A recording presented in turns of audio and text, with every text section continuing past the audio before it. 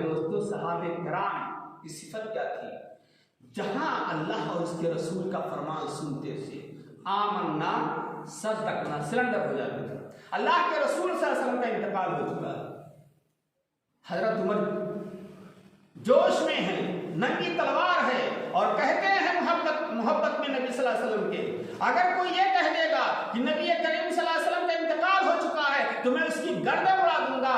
साहबे किराम थर्रा रहे, कांप रहे, हिम्मत नहीं पड़ी जुबान खोलने की। अबू बकर सिद्दीक रज़ियल्लाहु अन्हु तशरीफ लाते हैं, प्यारे नबी के चेहरे का बोसा लेते हैं और उसके बाद मजमा की तरफ खिताब करते हैं और कहते हैं, ऐ लोगों सुन लो, जो अल्लाह की इबादत करता था तो सुन ले कि अल्लाह जिंदा है, और जो मोहम्मद की इबादत करता सुन ले कि मोहम्मद का इंतकाल हो चुका है। इतना सुनना था कि हजरत उमर की तलवार नीचे गिर जाती। और उसके बाद झगड़ा होता है कि नबी करीम सल्लल्लाहु अलैहि वसल्लम की जायदाद का मालिक कौन होगा। फातिमा अलग दावा कर रही है, रिश्तेदार और दूसरे दावा कर रहे हैं। हजरत अबू बकर ने सुना दी हदीस कि नबी के जायदाद करके का कोई मालिक नहीं होगा, कोई वारिस नहीं होगा। फौरन खत्म। फिर झगड़ा हुआ कि खलीफा किसको चुना जाए।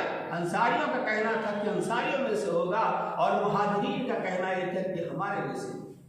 हजरत अबू बकर रज़ियल्लाहु अन्हु ने फौरन एक हदीस सुना दी, अल अइम्मतु मिन कुरैश, जो भी खलीफा होगा कबीले कुरैश से, नबी का फरमान है। सब चुप हो गए भाई।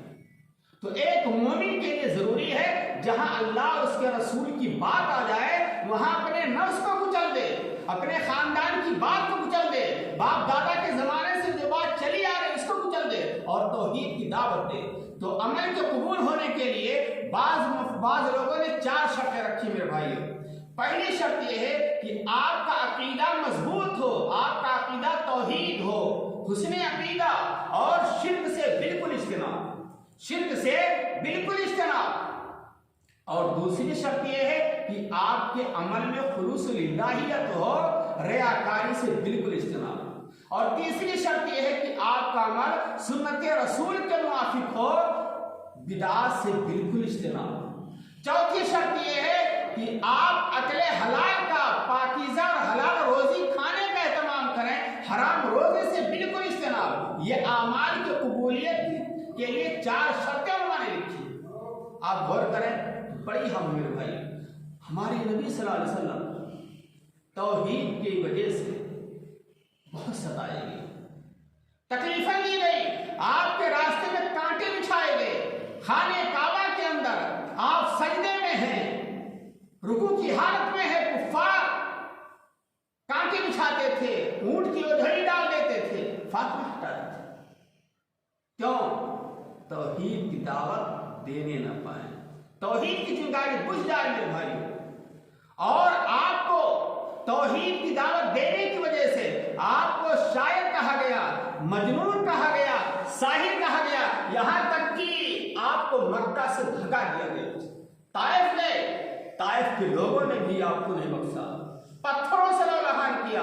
आप यही दुआ करते रहे, अल्लाहुम्मा बिक़ौमी फ़इन्नहुम ला यअलमून। अल्लाह इस कौम को हिदायत दे, नबी को भी नहीं बख्श रही है। अल्लाह हिदायत ये सब जान के पूछते नहीं है। तौहीद की दावत को हम तक पहुंचाने के लिए नबी करीम सल्लल्लाहु अलैहि वसल्लम और सहाबे किराम ने कितनी कुर्बानियां झेली मेरे भाई। बार सहाबे किराम को आगों से छील दिया गया, आग के अंगारों पर लटाया गया, हजरत बिलाल को चटाई में लपेट के गले में घसीटा गया, खुबैब और दीगर सहाबे किराम को वो जुल्म दिया, वो तकलीफें दी गई कि सूली पे लटकाया गया और कहा सिर्फ ये कह दो कि हमारी जगह पर मोहम्मद सल्लल्लाहु अलैहि वसल्लम हो जाए। कहा मुझे ये भी गवारा नहीं है, मुझे ये भी गवारा नहीं है कि हमारे नबी के पैर में कांटे भी चुभ। अल्लाह, जान दी हुई उसी की थी। हक तो ये है कि हक अदा न हुआ, तौहीद तो ये है कि खुदा हश्र में कह दे ये बंदा 2 आलम से खफा। खानदान के लोग नाराज हो जाए कोई टेंशन नहीं, बीवी बाप सब नाराज हो जाए कोई परवाह नहीं, अल्लाह और उसके रसूल नाराज ना होने पाए। यह है तौहीद का मतलब। और रिश्तेदारी याद रखिएगा, रिश्तेदारी ताल्लुक, ये कुछ भी काम नहीं आ सकते।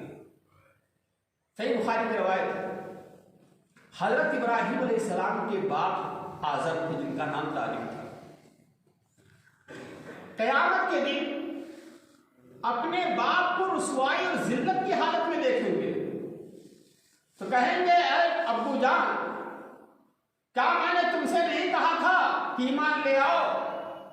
तो कहा ठीक है, आज मैं ईमान लाता हूं। फिर इब्राहिम अलैहिस्सलाम अल्लाह से सिफारिश करेंगे कि परवरदिगार, तूने मुझसे कहा था मैं तुझे रुसवा नहीं करूंगा, इससे बड़ी रुसवाई क्या है कि मेरे बाप जहन्नम में जा रहे हैं। अल्लाह कहेगा, हर्रमतुल जन्ना अलल काफिरीन, मैंने जन्नत को काफिरों पर हराम कर दिया। तुम्हारा बाप काफिर कलमा नहीं पढ़ा है इसलिए जहन्नम में जाएगा। सही बुखारी के अल्फाज हैं, अल्लाह ताला इब्राहिम से कहेगा, इब्राहिम जरा पैर हटाओ, नीचे देखो क्या है, कीचड़ है। कहा और गौर से देखो, कहे जानवर है, जबा किया गया, लपट है कीचड़ से। कहा ये बिज्जू की शक्ल लग रही है।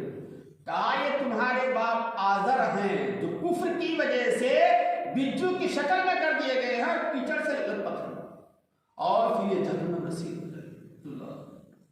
बेटा नबी है, बाप कहां जा रहा है? जहन्नम।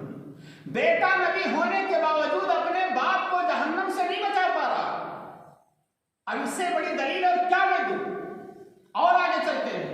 लूत अलैहिस्सलाम नबी हैं, नूह अलैहिस्सलाम नबी हैं, लेकिन नूह अलैहिस्सलाम का बेटा कनान ईमान नहीं लाया अपने अब्बा पर, और बेटा डूब रहा है सैलाब में।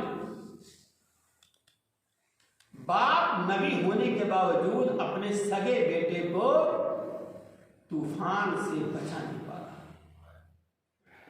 और बाप ने कहा सवार हो जाओ। अल्लाह ने हुक्म दे दिया, ऐ नूह खबरदार, इन्नहु लैसा मिन अहलिक, तुम्हारा बेटा कनान ईमान नहीं लाया है, तुम्हारे रिश्ते में है ही नहीं। मालूम क्या हुआ कि खूनी रिश्ते पर इस्लामी रिश्ता भारी है।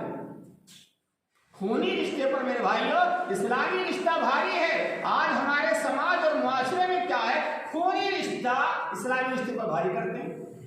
कहते हैं माना हमारे अब्बू हैं, कैसे हम कहें, नाराज हो जाएंगे, हक की दावत कैसे दें, शिर्क के खिलाफ तकरीर कराएंगे तो लोग नाराज हो जाएंगे। नाराज होने दो, अगर तुम अल्लाह के होकर रहोगे मेरे भाइयों, और अल्लाह पे तवक्कुल है, तो अल्लाह अगर आपके साथ है तो कुछ नहीं कोई बिगाड़ सकता है। और तौहीद की दावत कड़वी होती है। तौहीद, आप और आगे बढ़िए। नूह अलैहिस्सलाम की बीवी ईमान नहीं लाई अपने शौहर को, शौहर नबी है, अपनी बीवी को, वाइफ को जहन्नम से नहीं बचा पाया। लूत अलैहिस्सलाम नबी हैं, उनकी बीवी ईमान नहीं लाई लूत अलैहिस्सलाम पर। लूत बीवी शौहर हैं और नबी भी हैं, शौहर और नबी होते हुए अपनी बीवी को जहन्नम से नहीं बचा पा रहे। और आगे बढ़ते, जो लोग कहते हैं ना कि हम वलियों का दामन पकड़ लेंगे मचल जाएंगे, मैं पैगाम देना चाहता हूं, ये सब कुरान की बातें बयान कर रहा हूं। अल्लाह के रसूल सल्लल्लाहु अलैहि वसल्लम के सगे चचा अबू तालिब मक्का के अंदर मक्की दौर में कितनी मदद की, काफिरों से बचाया। शेब अबी तालिब मशहूर है, हर मोड़ पर अल्लाह के रसूल का साथ दिया। लेकिन जब इंतकाल होने लगा, से बुखारी की हदीस है कि अल्लाह के रसूल सिरहाने बैठे, कहा मेरे चचा आखिरी वक्त है, रूह निकलने का वक्त है, आहिस्ता ही से कलमा पढ़ दो, मैं सुन लो, मैं अल्लाह के यहाँ गवाही दूंगा कि मेरे चचा ने कलमा पढ़ा था। इधर नबी कहकर हटते थे, उधर जो है अबू जहल, अबू लहब ये सब बैठे रहते, वलीद बिन मुगीरा वगैरह, और कहते थे खबरदार, भतीजे के कहने पर अपने बाप दादा के दीन को ना छोड़ना। आखिरी जुमला जो उनका अदा हुआ, इफ्तरतुन नार अलल आर, अगर मैं ईमान ले आऊंगा तो कौम के लोग क्या कहेंगे, अरे चचा भतीजे के कहने पर ईमान ले आया, जहन्नम की आग मुझे बर्दाश्त है, लेकिन आग कौम का आग मुझे बर्दाश्त नहीं। काफिर की हालत में दुनिया से गए। हदीस में आता है भाई कि जहन्नम में सबसे हल्का अजाब प्यारे नबी सल्लल्लाहु अलैहि वसल्लम के सगे चचा अबू तालिब को जहन्नम के आग की तो जूती का दिमाग खौल रहा होगा। अल्लाह बचाएगा। प्यारे नबी सल्लल्लाहु अलैहि वसल्लम सुबह शाम 3 मरतबा जन्नत का सवाल करते थे और जहन्नम से पनाह मांगते थे और दुआ करते थे, जबकि नबी सल्लल्लाहु अलैहि वसल्लम क्या है? मासूम खता है, मुकाम महमूद है, साहिब हौज़ कौसर है। सब कुछ होने के बावजूद अल्लाह के रसूल दुआ करते थे। क्यों? मालूम ये हुआ कि अगर अल्लाह नबियों को बिना बचाए तो जन्नत में नहीं जा सकते। अल्लाह की मशीयत रहेगी, रहमत रहेगी तभी होता। हम ये ना फख्र करें कि हम नमाज भी पढ़ते हैं, रोजा भी रखते हैं और नेक काम कर जन्नत चले जाएगा। हाँ, उम्मीद रख सकते हैं, लेकिन यकीन कामिल के साथ नहीं कह सकते हैं। ये सब अल्लाह ताला की तौफीक और रहमत में शामिल होता है। अल्लाह से दुआ करते क्या? अल्लाहुम्मा इन्नी असअलुकल जन्नह, अल्लाहुम्मा इन्नी असअलुकल जन्नह, अल्लाहुम्मा इन्नी असअलुकल जन्नह और अल्लाहुम्मा अजिरनी मिनन नार, अल्लाहुम्मा अजिरनी मिनन नार, अल्लाहुम्मा अजिरनी नार। ऐ अल्लाह मैं तुझसे जन्नत का सवाल करता हूँ, ऐ अल्लाह मुझे जहन्नम की आग से बचा लो। ये दुआ करते थे मेरे भाई। अपने भतीजा नबी है, अपने सगे चचा को भी अबू तालिब को भी नहीं बचा पा रहा था। और सही बुखारी की हदीस है, अल्लाह के रसूल ने अपने कबीले के लोगों को इकट्ठा किया और बेटी फातिमा ज़हरा को भी इकट्ठा किया और सबको पैगाम दिया और आखिर में अपनी बेटी से कहा, बेटी सुन लो, दुनिया में कुछ मांगना हो मांग लो, मरने के बाद तुम्हारे काम कुछ भी नहीं आ सकता। यह मत समझना कि तुम्हारा बाप नबी है बचा लेगा। जहन्नम से बचाव के लिए तैयारी कर लो। ये कौन कह रहा है? आखिरी नबी कह रहा है, रहबरे कामिल मुहसिन इंसानियत रहमतुल आलमीन नबी रहमत कह रहा है सल्लल्लाहु अलैहि वसल्लम। किससे कह रहा है? अपनी बेटी फातिमा ज़हरा से कह रहा है, जन्नत जो जन्नत की औरतों की सरदार होंगी। मालूम ये हुआ कि रिश्तेदारी काम आ सकती है, ईमान और अमले साले, यही दोनों चीजें जन्नत में ले जाएंगे। मेरे भाई दोस्तों, तौहीद को आपने समझ लिया। अब आते हैं शिर्क पर। शिर्क के बारे में आप सूरह अनाम उठाइए। सूरह अनाम के अंदर अल्लाह ने 18 नबियों का तज़किरा किया। 18 नबियों का तज़किरा करने के बाद कहा, वलो अशरकू लहबिता अन्हुम मा कानू यअमलून। अगर इन 18 नबियों ने भी शिर्क का इर्तिकाब किया तो इनके अमाल को बर्बाद कर दिया। क्या अंबिया से शिर्क मुमकिन है? नहीं, लेकिन अल्लाह ताला ने वार्निंग दे दी है। इससे आप अंदाजा लगाइए कि शिर्क की कबाहत कितनी है। मैं तो ये कहता हूं कि इस रुए जमीन पर सबसे खतरनाक अगर बीमारी कोई है जो ईमान को ले डूबने वाली है तो शिर्क है। और मैं सबसे खतरनाक कैंसर समझता हूं ईमान के खात्मे के लिए शिर्क। मेरे भाइयों, अल्लाह के रसूल सल्लल्लाहु अलैहि वसल्लम ने जिंदगी भर, आप गौर कीजिए कि मक्का में 13 साल तक सिर्फ तौहीद की दावत देते रहे और शिर्क की कबाहत बयान करते। ला इलाहा इल्लल्लाह मुहम्मदुर रसूलुल्लाह, कुलू ला इलाहा इल्लल्लाह तुफ्लिहू कहते रहे। कुरान मजीद में अल्लाह ने शिर्क के मुतालिक फरमाया। प्यारे नबी सल्लल्लाहु अलैहि वसल्लम को सूरह ज़ुमर उठाइए। अल्लाह ने आखिरी नबी को भी तो मुतनब्बे किया और कहा, लइन अशरकता लयहबतन अमलुका। ऐ नबी पाक, आप भी सुन लीजिए, अगर आपसे भी शिर्क का इर्तिकाब हुआ तो आपका अमल बर्बाद हो जाएगा और आप खसारा उठाने वालों में से हो जाएंगे। और अल्लाह ने इरशाद फरमाया, इन्नहु मन युश्रिक बिल्लाहि शैय्या हर्रमल्लाहु अलैहि जन्नह व मावाहु नार। जो शख्स अल्लाह के साथ किसी को शरीक कर डालेगा, जन्नत उसके ऊपर हराम है, उसका ठिकाना जहन्नम है। अभी आपने तकरीर में औलाद की तरबियत का सुना था। लुकमान अलैहिस्सलाम ये नबी नहीं थे, ये एक अच्छे हकीम थे, लेकिन अपने बेटे को नसीहत की थी। किस चीज की? तौहीद। क्या कहा था? या बुनैया, ऐ मेरे बेटे, ला तुश्रिक बिल्लाह, शिर्क ना करना, अल्लाह की जात में, अल्लाह की इबादत में शिर्क ना करना। इन्ना शिर्क लज़ुल्मुन अज़ीम, शिर्क बहुत बड़ा गुनाह है। एक बाप ने बाप और सरपरस्त की हैसियत से अपनी औलाद को सबसे पहली तालीम क्या दी? तौहीद। शिर्क से रोका।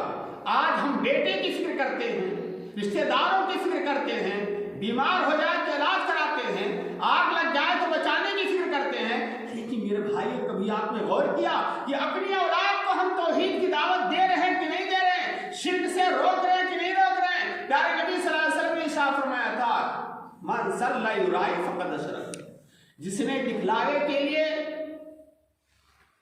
नमाज पढ़ी उसने शिर्क का इर्तिकाब किया। जिसने दिखलावे के लिए रोजा रखा, मन सामा युराई फक़द अशरक, उसने भी शिर्क किया। मन तसद्दक़ा युराई फक़द अशरक, जिसने रियाकारी के लिए सबका खैरात किया उसने भी शिर्क किया।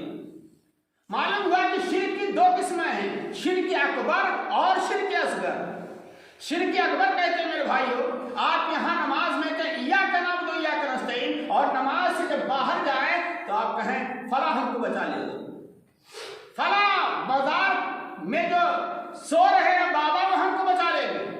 अगर कुत्ता भी कब्र पे जाए मेरे भाइयों, पेशाब कर दे मजार, तो कुत्ते को हटा नहीं सकते, मक्खी बैठ जाए उसको हटा नहीं सकते। आपने देखा कितने लोग जा रहे थे कहां, अजमेर, रास्ते में सबका एक्सीडेंट हो गया। सद्दाम इराक के अंदर था, वहां पर अमेरिका ने हमला कर दिया, कितने मजार को तोड़ दिए। अगर मजार वाले पहुंचे हुए बाबा होते तो एक ही फूंक में मक्का ये अमेरिका वालों को उड़ा देते, हादसा ना होता। दिल सनम खाना बना है याद गैरुल्लाह से, दिल सनम खाना बना है याद गैरुल्लाह से, बुत भी अब कहने लगे मुस्लिम नुमा काफिर।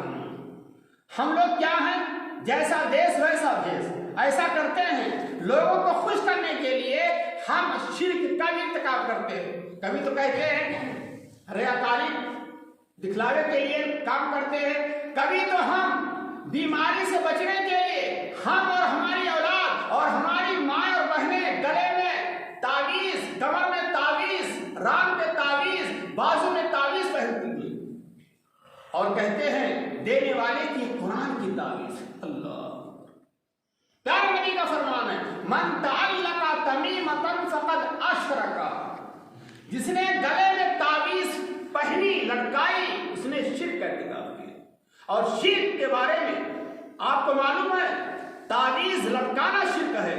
अगर कोई कहता है कि ये कुरान की तावीज है, तो मेरा सवाल ये मेरे भाइयों कि कुरान को अल्लाह ने शिफा कहा है। आप लाइए 50 कुरान घर में रख लीजिए, चारों को लटका लीजिए एल्बम बना करके, सूरह यासीन रख लीजिए, अल्लाह की कसम घर से शैतान नहीं भाग सकता। घर से शैतान कब भागेगा, जब कुरान को सही तरीके से इस्तेमाल करेंगे। सही तरीका क्या है? प्यारे नबी ने फरमाया कि जिस घर में सूरह बकरा की तिलावत की जाएगी उस घर में शैतान रुक नहीं सकता, भाग जाएगा। आज हमने अपने घरों को कुरान की तिलावत से महरूम कर दिया। हमारे घरों में नौजवान लड़के लड़कियां मोबाइल इस्तेमाल करते हैं, गाने सुनते हैं और दीगर गंदे फाहिश चीजें सुनते हैं। तो अल्लाह के रसूल सल्लल्लाहु अलैहि वसल्लम के पास 10 सहाबे कराम आए, आपने 9 से हाथ मिलाया, बैत की। एक ने जब बढ़ाया तो आपने हाथ को खींच लिया। सहाबे कराम ने कहा क्यों आपने मिलाया? कहा इनके हाथ में गर्दन में तावीज लटक रही है, इसलिए अल्लाह के रसूल ने बैत नहीं की। अल्लाह, मेरे भाइयों, कुरान को शिफा कहा गया है। अगर आप कहें कि तावीज के अंदर कुरान की आयत है, एक तो कुरान की तावीज के नाम पर शिरकिया अमाल होते हैं तावीज के अंदर। कहीं तावीज खोलिए, आपको बताया जाएगा खबरदार तावीज ना खोलना वरना मामला उलट जाएगा। तय पर तय रखते हैं और अकीदा खराब करते हैं। शफा देने वाला मेरे भाइयों अल्लाह है, लेकिन तावीज पहनने के बाद अगर आपको शफा मिल रही है तो आपका अकीदा अल्लाह पर होने के बजाय तावीज पर हो जाएगा। अगर मैं कहूं तावीज हटाइए, अरे मोहरा डर लग रहा है, कहीं तबीयत फिर ना खराब हो जाए, कहीं शैतान फिर ना आ जाए। हदीस में आता है जिसने किसी के गले से तावीज तोड़ दी उसको एक गुलाम आजाद करने के बराबर सवाब मिलेगा। और हदीस में ये भी आता है कि जो अपने मामले को किसी काहिन के पास ले गया और उसके बाद की तस्दीक कर ली तो 40 नमाज कबूल नहीं हुई। आज हमारी औरतें कहाँ जा रही हैं? मज़ारों पे जा रही हैं। हम दूसरों से औलाद मांग रहे हैं। औलाद देने वाला अल्लाह तबारक व तआला। इब्राहिम अलैहिस्सलाम ने बुढ़ापे में अल्लाह से औलाद मांगी, नबियों ने अल्लाह से औलाद मांगी, सहाबे किराम सहाबियात ने औलाद अल्लाह से मांगी। लेकिन आज हमारी माँ बहनें कहाँ जा रही हैं? मेरे भाइयों दोस्तों, मैं पैगाम देना चाहता हूँ कि अपने अकीदे को मजबूत करो, तौहीद को फैलाओ और अपने इलाके से शिर्क का खात्मा करो। अगर किसी के गले में ताबीज़ लटक रही हो तो ये शिर्क है, शिर्क है, और शिर्क को अल्लाह माफ नहीं करेगा। ये और बात है कि शिर्क असगर है, इस्लाम से खारिज नहीं होंगे, लेकिन ये शिर्क अकबर तक पहुंचाने के वसाइल और ज़राए हैं।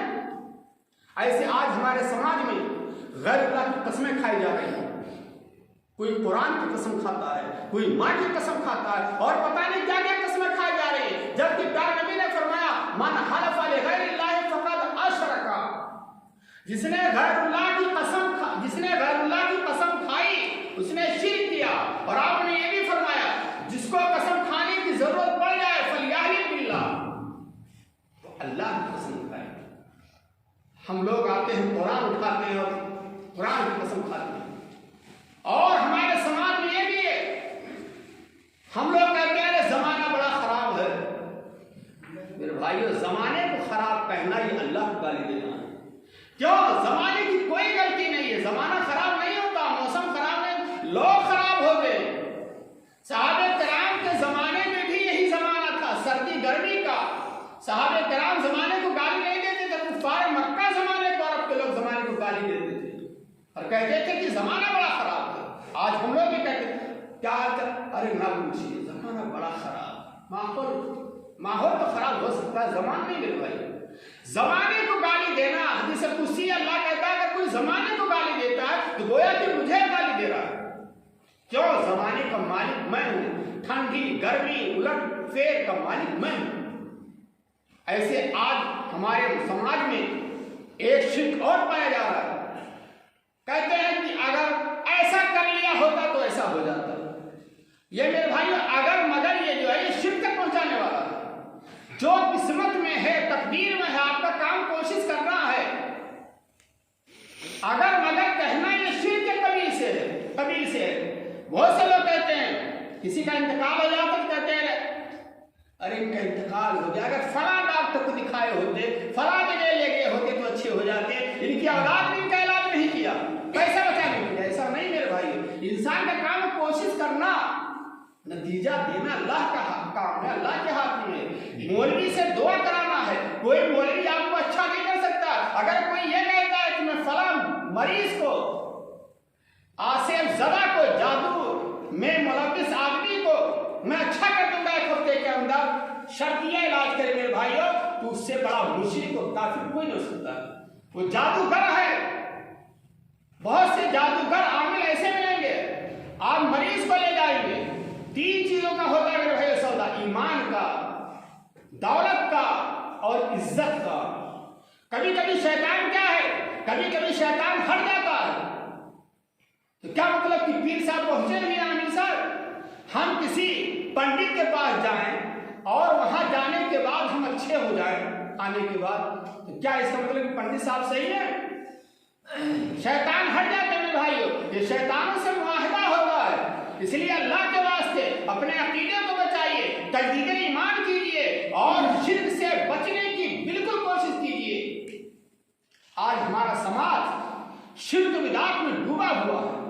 तौहीद की दावत दीजिए और याद रखिए सूरे अस्र का तर्जुमा करके मैं अपनी बात खत्म करना चाहता हूं। सूरे अस्र के बारे में इमाम शाफई रहमतुल्लाह ने फरमाया था कि अगर कुरान मजीद के अंदर सिर्फ सूरे अस्र ही नाजिल होती तो लोगों की हिदायत के लिए काफी थी। सूरे अस्र के बारे में अल्लाह ने शाह फरमाया वल अस्र इन्नल इंसान लफी खुस्र इल्ला लज़ीना आमनु व अमिलुस सालिहात व तवासौ बिल हक़ व तवासौ बिस सब्र। अल्लाह ने कामयाब इंसान की पहचान बतलाई और जमाने की कसम खाई। वल अस्र, अस्र से मुराद वक्त और जमाना है या अस्र से मुराद असर की नमाज है। अगर असर से मुराद असर की नमाज ले लेंगे तो असर की नमाज की बड़ी अहमियत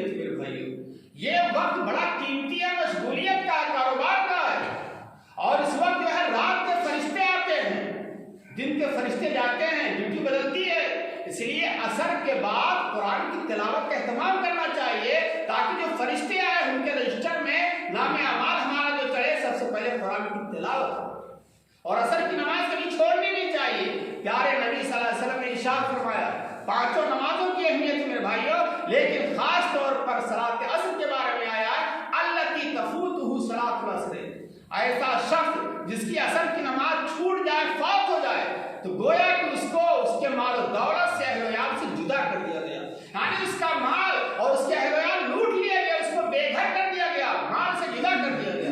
अब ऐसा आदमी जिसकी औलाद भी छीन ली जाए और उसका घर भी छीन लिया जाए, वो बेसहारा हो जाए, तो ऐसे आदमी, गोया कि जो आदमी नमाज नहीं पढ़ता, असर की छोड़ देता है, उसकी हैसियत ऐसी हो जाती है।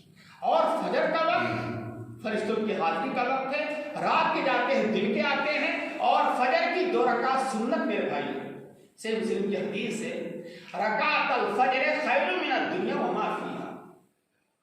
फजर की 2 रकात सुन्नत ये दुनिया और दुनिया के अंदर जितनी चीजें हैं सबसे बेहतर है।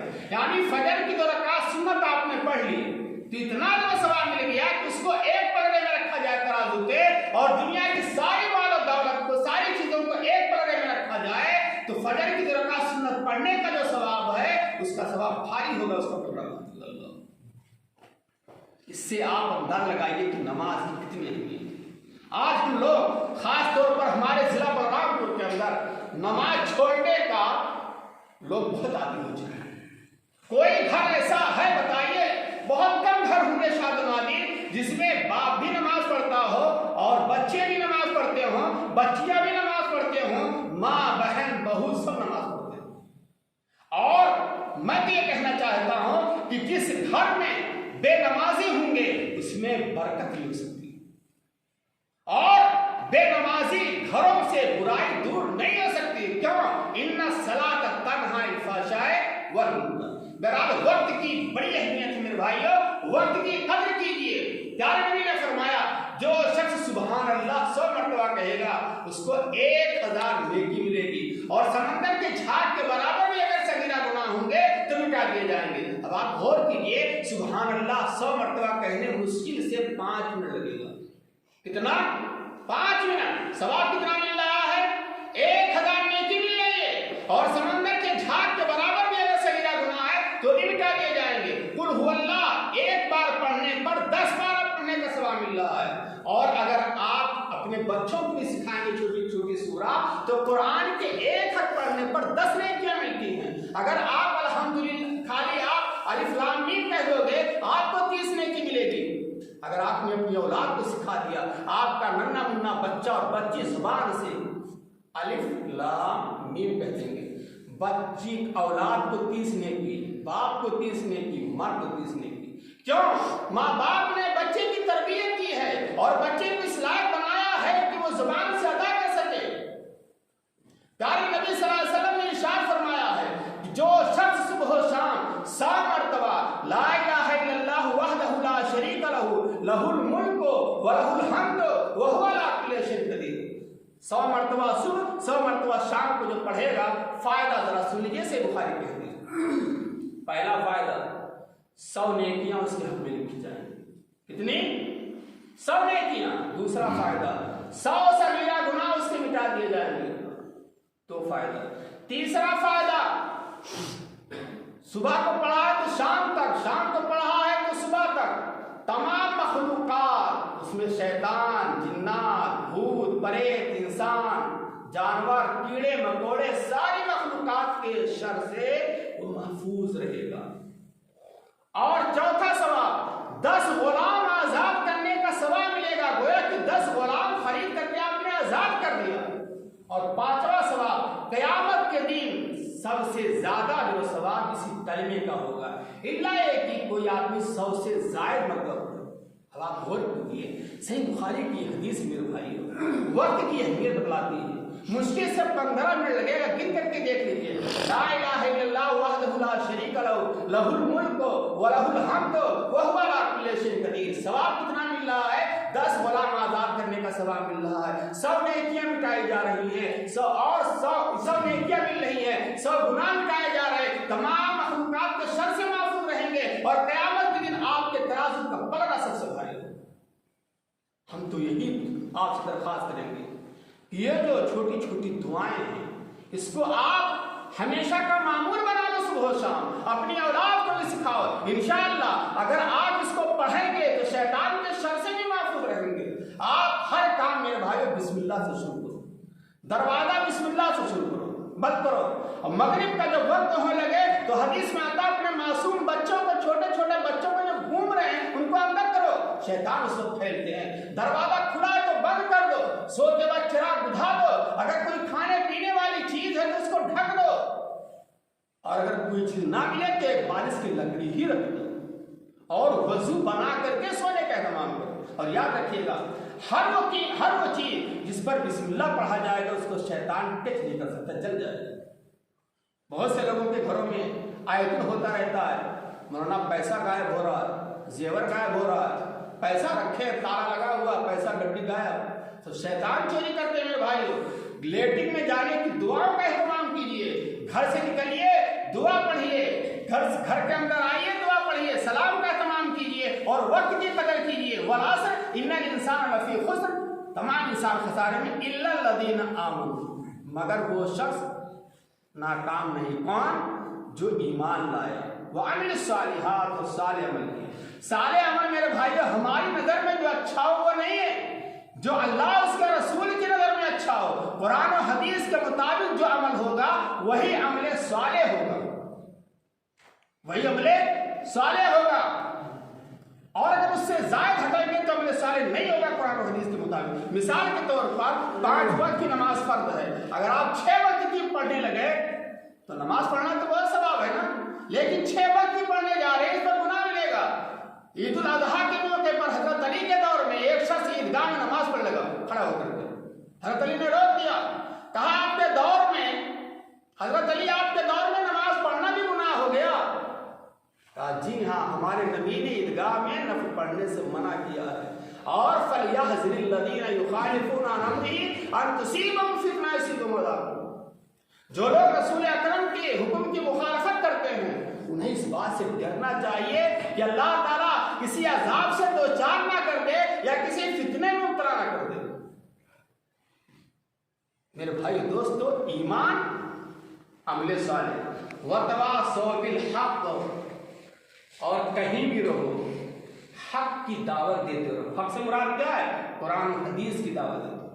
हम बहुत सारी चीजों की दावत देते हैं, लेकिन दीन के ताल्लुक से हमारी दावत नहीं है। हम ये समझते हैं कि ये उलमा का काम है। नहीं मेरे भाइयों, जितना है इल्म है उस पर अमल करो, और जितना मालूम है अपने भाइयों तक पहुंचाओ। प्यारे नबी ने फरमाया है, सही बुखारी की हदीस है, बल्लिगू अन्नी वलो आया, मेरी एक बात भी शरीयत की अगर आपको मिले तो आपने गुमराह भाइयों तक पहुंचाओ। और हजरत अली को खिताब करते हुए कहा था, अली जाओ तबलीग करो, तौहीद की दावत दो। अगर तुम्हारे जरिए से एक आदमी भी सिरात मुस्तकीम पर आ गया तो अरब के सुरकून से बेहतर है। और हदीस में आता है, सही मुस्लिम की हदीस है, मन दल्ला अला खैरिन फलहु मिस्लु अजरि फाइलिही, जो आदमी किसी भाई को नेकी और भलाई की तरफ लाएगा, समझा करके लाएगा, उसको भी काम करने के बराबर सवाब मिलेगा। मिसाल के तौर पर एक आदमी बेनमाजी है, आपने तन्हाई में समझाया, वो नमाज पढ़ लेगा तो जिंदगी भर जो इबादत करेगा उसका सवाब उसको भी मिलेगा, और सही रास्ते पर लाने वाले, रहनुमाई करने वाले को भी सवाब मिलेगा। तो वतवासौ बिस्सब्र वतवासौ बिल हक़ वतवासौ बिस्सब्र। मेरे भाइयों, आखिरी सिफत यह है कि अगर आप हक बात की दावत देंगे, शिर्क से रोकेंगे, तौहीद की दावत देंगे, तो मुसीबतें आएंगी, परेशानियां आएंगी। सहाबे कराम का मक्की दौर, नबी का मक्की दौर देख लीजिए, सहाबे कराम को किन किन परेशानियों से दो चार होना पड़ा। और हजरत इब्राहिम अलैहिस्सलाम, पूरे तमाम नबियों ने अपनी कौम को तौहीद की दावत दी, क्या क्या तकलीफें झेली। लिहाजा याद रखिएगा कि अगर जन्नत चाहिए तो आपको अपनी इस्तिताअत के मुताबिक तौहीद की दावत, अल्लाह उसके रसूल का पैगाम भटके हुए लोगों तक पहुंचाना जरूरी है। वरना आप ये कहकर के नहीं बच सकते हैं कि ये उलमा का काम था, बच्चों में तबलीग कीजिए, घर का माहौल अच्छा बनाइए ताकि घर को इस्लामी घर बने। कुरान की तिलावत का एहतमाम कराइए, नफल नमाज पढ़ने का एहतमाम कराइए, सदका खैरात करने का एहतमाम कराइए, नफली रोजे रखने का एहतमाम कराइए, कुरान की तिलावत का पाबंद बनाइए। छोटी छोटी सूरतें अपनी औलाद को सिखाओ। बिस्मिल्लाह कह के घर से निकले, बिस्मिल्लाह करके घर में दाखिल हो, सलाम करवाइए मेरे भाइयों। अस्सलाम वालेकुम रहमतुल्लाह कहने पर 30 नेकी मिलेगी और जवाब देने पर 20 नेकी मिलेगी। सलाम का एहतमाम करो, बार बार सलाम करो। सलाम करने से मोहब्बत बढ़ती है, तोहफा तहाई देने से मोहब्बत बढ़ती है। बहरहाल मेरी तकरीर का खुलासा यह है कि आप तौहीद की दावत देने में सुस्ती और काहली न करें। ये अंबिया का मिशन है, सहाबा का मिशन है, हमारे असलाफ और बुजुर्गान दीन का मिशन है। यही जिंदगी है मेरे भाइयों। अगर आपने दुनिया के पीछे आप लग गए और आखिरत की फिक्र नहीं की, अपने भटके हुए पड़ोसी को सही रास्ते पर लाने की कोशिश नहीं की, तो अल्लाह के यहाँ क़यामत के दिन मैदान महशर में आप बच नहीं सकते हैं। आपसे सवाल होगा, आपसे क्या है, सवाल होगा। अल्लाह रब्बुल आलमीन से हम दुआ करते हैं कि परवरदिगार हम लोगों को अपने ईमान की तजदीद करने की तौफीक दे और तौहीद पर, सिरात मुस्तकीम पर गामजन रखे। अल्लाह रब्बुल आलमीन तौहीद की दावत को घर घर हिकमत के साथ, अच्छे अखलाक के साथ, अच्छे किरदार और गुफ्तगू के साथ पहुँचाने की तौफीक अता फरमा। अल्लाह रब्बुल आलमीन तौहीद की दावत को आम कर दे और लोग तौहीद पर कायम हो जाए। अल्लाह ताला समाज और मुआशरे से, गांव से, इलाके से शिर्क बिदात का, रस्म रवाज का खात्मा कर दे। ऐ अल्लाह जो शिर्क बिदात के दलदल में फंसे हुए हैं, अल्लाह उनको निकाल करके तू तौहीद पर कायम कर दे, सिरात मुस्तकीम पर कायम कर दे। अल्लाह रब्बुल आलमीन हमारी बातों को कबूल फरमा और हमारी नेकियों को कबूल फरमा और हमें गुनाहों से महफूज रख और हमारा जब इंतकाल हो तो तौहीद पर इंतकाल हो। वस्सलामु अलैकुम व रहमतुल्लाहि व बरकातहू।